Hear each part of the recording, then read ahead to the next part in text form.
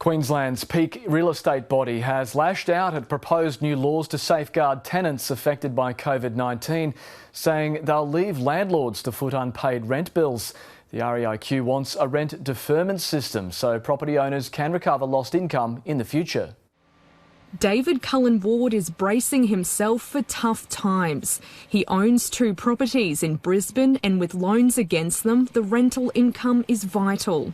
Our budget is quite lean at the best of times, and to have another expense on top of what we've got at the moment, it's going to definitely make it a lot harder for us. The tenants of one property say they've been hit hard by the impacts of coronavirus and will pay what they can for rent, but it's difficult to prove they're in financial hardship. Without a test, literally any tenant could say that they can't pay their rent. The REIQ says some tenants could take advantage of the state government's proposed measures. What we believe goes too far is this idea of a rental waiver. The government package includes a 6-month freeze on evictions for tenants who can't pay rent, an extension or the ability to break lease if needed, and rental grants for up to 4 weeks. Landlords can access land tax refunds and relief.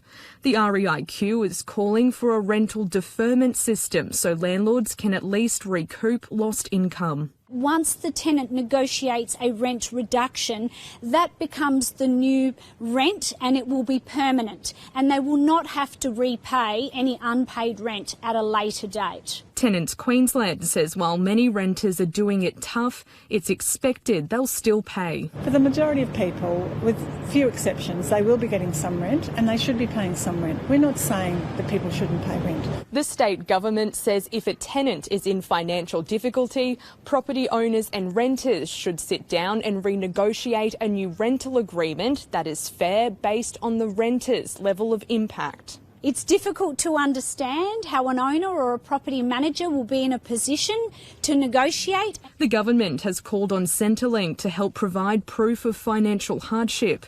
The proposed reforms are expected to pass state parliament next Wednesday. Rachel Riga, ABC News, Brisbane.